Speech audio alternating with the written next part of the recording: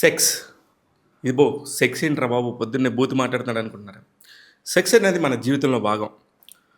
ప్రతి ఒక్క ఆడ, మగ ప్రతి ఒక్కరికి కూడా ఒక వయసు తర్వాత సెక్స్ గురించి తెలియాలి. గతంలో అయితే ఒక 20 ఏళ్ల కిందట అదంతా కూడా చాలా బూతులాగా మాడేవాళ్ళు గానీ, సిస్టమ్ ఒక్కొక్క దగ్గర డెవలప్ చేసుకుంటూ వచ్చింది.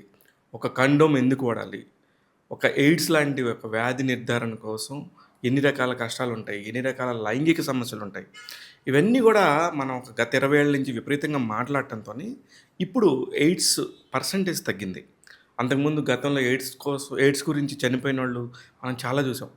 ఇప్పుడు ఇదంతా ఎందుకు సెక్స్ గురించి పొద్దున్నే మాట్లాడుతున్నారనుకుంటే, 'సూపర్ సుబ్బు' అని ఒక బ్యూటిఫుల్ వెబ్ సీరీస్ వచ్చింది నెట్‌ఫ్లిక్స్‌లో. ఒక తెలుగు వాళ్ళు స్ట్రెయిట్‌గా చేసిన వెబ్ సీరీస్. 'టిల్లు స్క్వేర్' తర్వాత మల్లిక్ రామ్ గారు డైరెక్షన్‌లో ఒక వెబ్ సీరీస్ వచ్చింది. ఆ వెబ్ సీరీస్‌లో చాలామంది తెలుగు వాళ్ళు చాలా అద్భుతంగా నటించారు. ముఖ్యంగా మురళీ శర్మ గారి క్యారెక్టర్, అలాగే సందీప్ కిషన్ గారి క్యారెక్టర్. ఈ 2 క్యారెక్టర్స్ మెయిన్ పిల్లర్స్ అనుకోవచ్చు. ఇంకా మిగతా వాళ్ళందరూ కూడా వాళ్ళ వాళ్ళ క్యారెక్టర్స్ తగ్గట్టుగా ఒక్కొక్కళ్ళు చేసుకుంటూ ఎళ్లారు గానీ, అసలు what is about 'super Subbu'?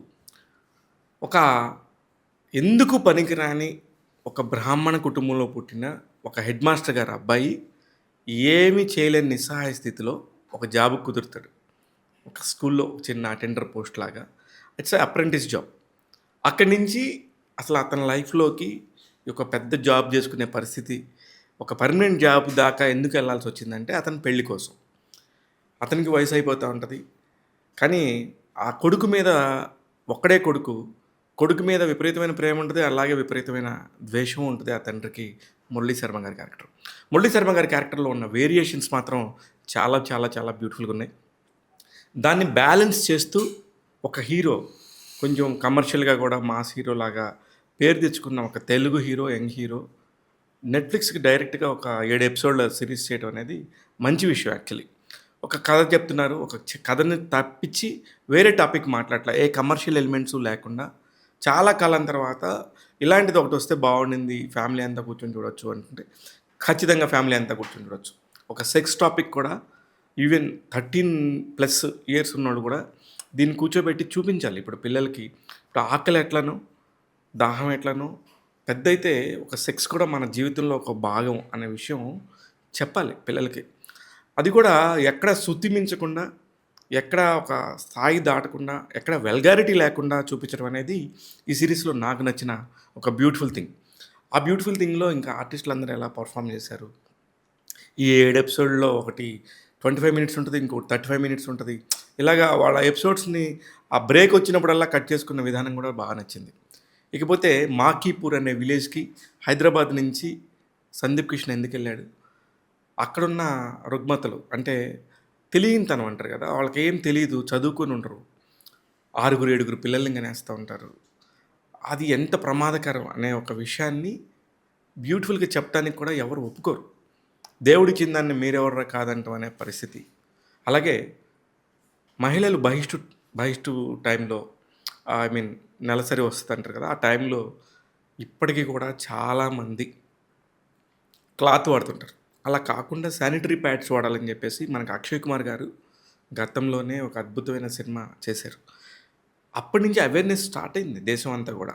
కొంత ఎదగైన ఒక ఇమేజ్ మీడియంతో చెప్తే గనక ఎప్పుడైనా ఒక పిక్చర్ మీడియంతో చెప్తే ఉండే వాల్యూ వేరే. దాన్ని ఎంత బ్యూటిఫుల్‌గా చెప్పారనేదే ఇక టాపిక్. ఈ టాపిక్‌లో అందరూ గూడా నాకు సక్సీడ్ అయిన ఫీలింగే ఉండింది.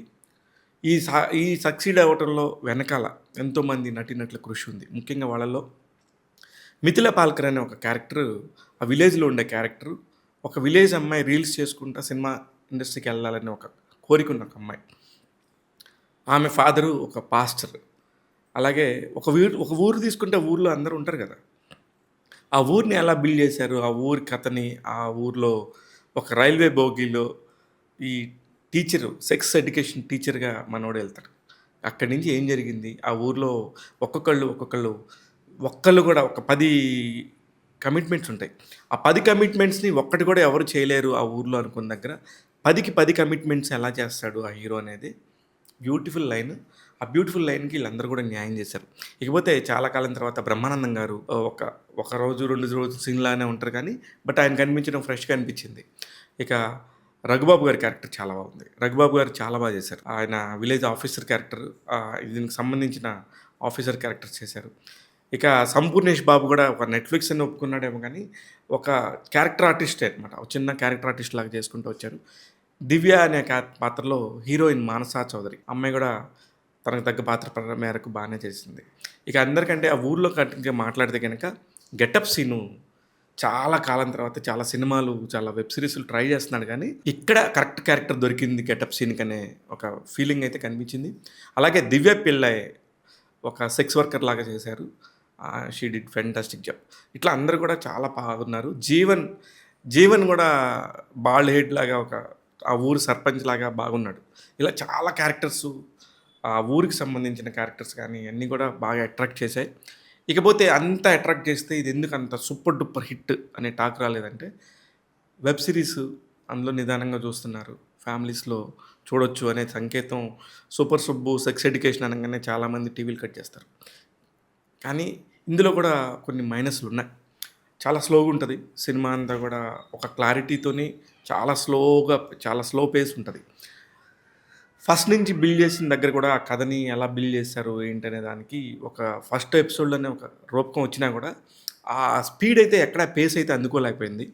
ఇక సినిమా మొత్తం కూడా మనం ఫాదరు, సన్ మధ్యలో ఉండే వివాదాలని అక్కడే కొంచెం యాక్షన్ ఎపిసోడ్స్ లాగా చేసుకుంటాం. సందీప్ కిషన్ కూడా కొన్ని దగ్గర ఇంకా బాగా చేయగలడేమో. కానీ ఇక్కడ ఇంతవరకే పరిధి ఉంది కదా! ఈ కథకి అందుకనే ఇంతవరకు ఆగిపోయాడేమో అన్నట్టుగా ఉండింది. మురళీ శర్మ గారు కొన్ని ఎపిసోడ్‌లో అయితే ఇరగదీసేశారు. ఇంక మిగతా వాళ్ళకి అందరూ ఉన్నా కూడా వాళ్ళకి తగ్గ పెద్ద అద్భుతమైన క్యారెక్టర్‌లు అయితే లేవు. అంతా ఓకే. టైమ్ పాస్ అంటే టైమ్ పాస్. అందుకని ఎక్సైట్‌మెంట్ పాయింట్ అయితే ఏం లేదు గానీ, ఒక కథ అనుకుని ఆ కథ చుట్టూ మాత్రం ఖచ్చితంగా తిరిగిందని చెప్పాలి. అందుకే Tag Telugu 'super Subbu' web సిరీస్‌కి ఇస్తున్న రేటింగ్ 3/5. నేను మీ శివ మల్లల. చూస్తూనే ఉండండి ట్యాగ్ తెలుగు.